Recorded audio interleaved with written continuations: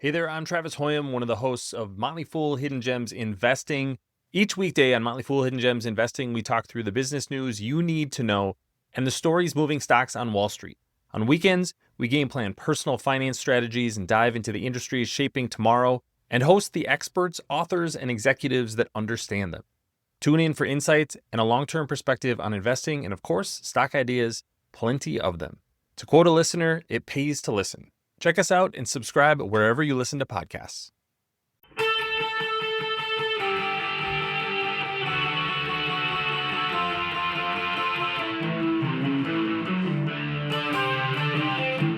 This is the Daily Blast from the New Republic, produced and presented by the DSR Network. I'm your host, Greg Sargent.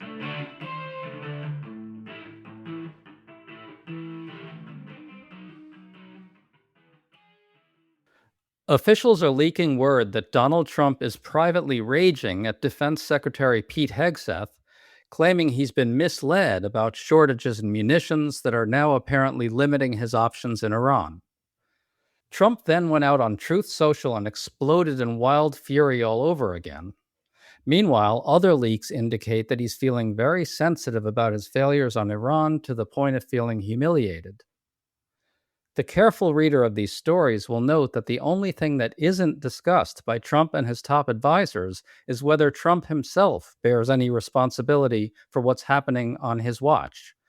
And these new follies really expose the perils of personalist rule, the perils of having a government that's geared solely to satisfying the whims and corrupt interests of one man. So we're talking about all of it with one of our go-to people on Trumpian narcissism, Salon's Amanda Marcotte. Amanda, always good to have you on. Thanks for having me. So the Washington Post reports that at Camp David this week, Trump's anger boiled over. He demanded that Hegseth explain these munitions shortages that have now kicked in. Trump vented that he thought it had all been fixed. You know, Amanda, this might explain why Trump recently canceled a planned attack on Iran. He claimed the cancellation was because of progress in negotiations on the Strait of Hormuz. You know, the idea being that Iran was so terrified of him that they're meekly agreeing to negotiate, so he benevolently called off the strikes. It really looks as if the truth is much darker, that Trump doesn't know what the hell's going on inside his own government.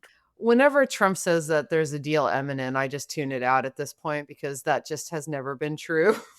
Right. But it's clear that he either didn't think through the idea that if you throw a bunch of bombs, that means you have fewer bombs to throw next time, or he was lied to by his advisors. In neither case, it's a good look because in neither case does he show even a ounce of what being a leader is about. You know, I think you actually get an important point there with this idea about him not understanding that if you use bombs, you have fewer bombs, because he really does believe that he's in a position of limitless strength. He thinks America has unlimited power, but by that he actually means he has unlimited power because he couldn't possibly be weak in any way. And so you can really see how he goes from there to not really paying close attention to little details like what the war that he started is doing to our weapons stockpiles, right? Yeah, he has a very childish vision of what American military might is, which is, we definitely have a large military, one of the biggest and most expensive in the world, but it's not limitless. And crucially, as we found out in Iran, it's not unlimited in its ability to just crush enemies. Other people, there's a reason that we've never had a war with Iran before. And I wish it was just that everyone was more peaceable. But it's also that military experts recognize that just throwing bombs at a situation is not the same thing as fixing it. Well, there's another funny detail in the Post story. It says this, quote, Hegseth defended himself and blamed his deputy for the shortages and for not ensuring Trump was fully apprised of the issue, close quote. Amanda, Hegseth has to blame someone below him for the fact that Trump was not on top of the situation enough to know what the hell was happening. At no point can anyone say, why doesn't the president of the United States know what his own war is doing to our munition stockpiles? What do you think of that? This is something that I find super fascinating, and the examples are endless. It's the paradox of MAGA, right? Which is, on one hand, they all worship Donald Trump as this almighty leader who knows everything and can do everything and is the greatest leader of all time and blah blah blah. Also, he can't ever be expected to know anything, be responsible for anything, etc. Like, he's blameless in all ways. He is like a baby. Yeah, absolutely. Well, Trump goes out and he erupts on Truth Social over all this reporting. He says, quote, "The fake news is spreading false and completely unfounded rumors. Their fake reporting is treasonous." Trump also says the US has massive amounts of munitions, whereas all the reporting indicates shortages. And Trump even claims the leakers are now being hunted. Amanda, I just think it's funny how Trump's child brain associates small munitions piles with a weak presidency. So he knows he must instantly say our munition stockpiles are very, very big, which he thinks will show that he's very, very strong. And also, when he says that the reporting is treasonous, like, he really means that anyone who dares to humiliate him is committing treason. Isn't that what he really means? Yeah, because he wants to believe he is the state. He's said as much in many ways, right? And so he's often conflated insults to himself with crimes or treason or betrayal and unpatriotism, et cetera, et cetera. And it's kind of, in a lot of ways, he's just the most predictable person in the world. What is always continuingly amazing to me is all the people that elect to be in his pathway, because you could just say no. You don't have to work for the man. I think what it goes to is the core of what's happening with MAGA in a broader sense right now. A lot of these people, I think, saw Trump win a second term and thought that something very big and decisive had happened in the world, right? That he had essentially ushered in some sort of permanent and deep and important shift in American culture, that MAGA was the way of the future, that America was becoming, whatever MAGA envisions America being, and that being around Trump sort of guaranteed them, I guess, a high position in the hierarchy of MAGA, right? The firmament of MAGA going forward. Not coincidentally, because he is such a weak and pathetic figure, all of that turns out to have been a ridiculous overread. And now they're all like those cartoon characters who run out, out off of a cliff and then look down and realize there's nothing under them anymore. Yeah, so I recently covered this, writing about Mark Wayne Mullen, but there's been a lot of political science research that points to why there's so many mediocre and incompetent people in authoritarian regimes. And it is because they're the kind of people that can't get this job in any other way, right? Donald Trump only values loyalty and the willingness to flatter him. And so a lot of people who were never, I mean, in no planet would Pete Hegseth be the defense secretary for a competent president. Like, Right. the man was a weekend Fox News host. Yeah. He's never been a high ranking military official at all. He knows nothing. But because he knows how to flatter Trump and it's kind of his only skill, he's got this high ranking position that in no other universe would he ever have. And you just can go down the list. Pam Bondi, like, was probably one of the more competent people, but even she was never going to be attorney general. Kash Patel, I mean, come on. And Mark Wayne Mullen, I mean, the guy, like, pretends he was a UFC fighter. There's no other universe that these people would have these jobs. And so I think they convinced themselves that MAGA is here to stay, because the alternative, looking in the mirror and realizing they're taking this job because they know this is their only pathway to success, is kind of a really painful admission, right? They all need therapy, lots and lots of therapy. What does the political science say about this and authoritarian regimes? I'm definitely interested in that. Yeah, so I've got this. It was covered in May in the New York Times, and it was data drawing on an extraordinary data set, I'm quoting, from Argentina's dirty war in the 1970s and 80s, suggests that there's a lot of incentive for lower and mid-level officials to violate professional obligations, fundamental norms, and even basic morality. And like TLDR, the people that are willing to do the bad things are often people that recognize they were never going to get a promotion otherwise, whereas people who were promoted on their own merit are the kind of people who say, no, I'm not going to break the law. No, I'm not going to, commit these crimes on your behalf. And so I think we're seeing this play out at the top ranks of the Trump administration, which is a lot of people who are incompetent, and their only pathway to success is through slavish devotion to this moron.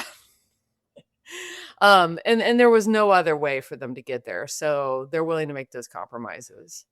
If you're enjoying this episode and want to get even more out of the DSR network, you need to check out our Substack.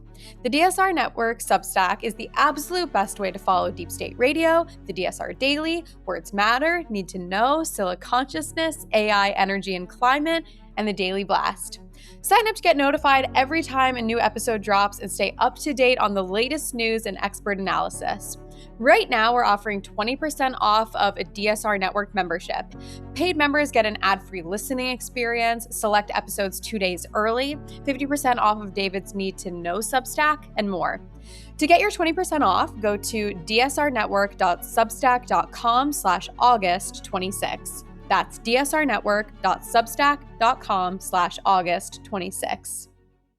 It's almost like there's a contract or a deal of sorts, right? Donald Trump knows that he can get certain types of people to relentlessly do his bidding once he kind of co-opts them into his cult.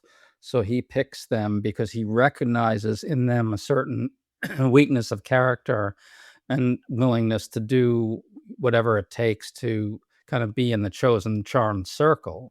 He's really kind of very canny at that. Let's give him some credit here, right? This is something Donald Trump is good at. He is perceptive about people almost in an animal-like way, isn't he? Yeah, probably because he recognizes himself in this, right? He is a person who is incompetent and has only ever succeeded in life because he was willing to break rules, lie, cheat, use deception, because he knows that he can't actually succeed on his merits. And so I think he recognizes that in other people. I do want to flag, though, I think we're actually more than we were like a year ago or even more. We are in a much better position when it comes to these folks, because I think that, to your point, they realize there's no ground underneath them, and we're starting to see a lot more Trump officials wonder if it's worth it. Like if they're going to face consequences for doing illegal, criminal, or otherwise terrible acts for him. Jeanine Pirro being a really good example. I mean, at the end of the day, she was unwilling to falsify evidence and perjure herself in front of a federal judge just to please the boss, because she knows that this isn't going to last forever, and she's worried about prison or disbarment. Well, on that score, The Atlantic reports on more leaks from inside, this time on Trump's sense of humiliation. According to these sources, one reason he's been raging so violently over the reflecting pool fiasco is precisely that the Iran debacle has been going so badly for him, and he feels humiliated, according to this report. And so you got to wonder, the people who are inside and around him all the time, this almost gets at the paradox of MAGA. They are supposed to treat him, and do, I guess, on some level, see him as this real tribune of the people, this world historical figure who has done to liberal America what nobody else could ever do. No one else would have dared do it, right? And he crushed liberal America the way he has. And yet they're seeing him pathetically rage and whine right in front of them about things like the reflecting pool and making stuff up about the munitions and refusing to take responsibility for everything. How do you think they square that in their own heads? I think a lot of them really have decided that Trump has this kind of genius, this reality TV show thing that he's got going on, where he's able to project this might and power and brilliance and all these other things by using the trappings of it in the way that he was able to do so on The Apprentice and other things like that. I mean, he is very good at using imagery to create the illusion of things that aren't there. And reflecting pool is a really good example of where that fixation goes, because his view was, I can fail as a president, but if the reflecting pool looks nice and the pictures look nice, it will get enough people to believe the lies, right? It's just, I mean, in a lot of ways, it's not the most brilliant insight in the world. I mean, all authoritarian propaganda sort of works on this Potemkin village, this ideology. But I think a lot of the people that have cleaved onto him believe that he is just a master at it. And so when they see him obsessing over image over reality, they too are like, this is the way, because again, they also know they're incompetent, so they benefit if they can believe that faking it is the same thing as making it. Yeah, and I think they look at him as someone who has been able to accomplish something that no other Republican has been able to accomplish, right? This crushing of liberal America that I'm talking about, and the marshaling of imagery, fascist imagery, is, well, George Bush had it mission accomplished, and they had reality is what we say it is, and so forth. They had the American empire and all that. But Trump really has taken it to a more fascistic level, and on some very profound level inside these people around him, that's the thing that they respect, and that's the source of his power over them, that he's willing to go full fascist, basically. Yeah, and your point about triggering the liberals is really, really important here, because we cannot underestimate how much these people are motivated by this bitter, sad, angry resentment about liberals that laugh at them. And so, to your point, like, the thing about the Bush administration is they really did try to do the propaganda in kind of the old school style, where it looked mighty, it looked amazing in a lot of ways. Whereas Trump actually uses like gross AI art and UFC fights at the White House and stuff that is sort of designed to be so crass that it will cause pearl clutching in liberal circles. And so it is a little like spitting in the face of, I think in their mind, they are the guys in Animal House making the dean look bad, right? um, to age myself on my references there. There's really a lot of signs, as you pointed out, that the MAGA paradox isn't sustaining itself in the minds even of some people around him. Can you talk about why the MAGA paradox on some level might be beset by such deep contradictions that it's going to just eventually crack up, sort of inevitably at some point? Yeah, I think a lot of these people have a lot of practice squaring what is hard for us to square. And in part, to be very feminist about it, it's patriarchal, right? Male authority flows from God and isn't justified by competence. You're supposed to put all your faith and trust in the leader simply because he is your patriarch, not because he's earned it in some way. So I think they have a lot of practice. And Donald Trump has taken advantage of this, right? He's the leader, so the fact what he says goes, and it's not to be questioned. And in fact, the fact that he's so bad at this is excused away every day. But he is the president of a democratic system, which is just a different system where there's accountability. And I think a lot of us are frustrated because there hasn't been enough accountability. And with the immunity, he's not going to get enough accountability. But at the end of the day, these systems depend on some buy-in from the public. And that faith is really being eroded pretty quickly because most people actually, they voted. They actually feel like they have a role to play in this and they want to see results from their leaders, not just trust me. on my word and what I say goes and never question dear leader. I want to close on an optimistic note about that then, because I think that a lot of these people around Trump and Trump very much himself and the more fascistic advisors like Stephen Miller really counted on the public being a lot more pliable. And I think that the polls actually rattle them very deeply, even though they project all this outward confidence that they're made up and all that.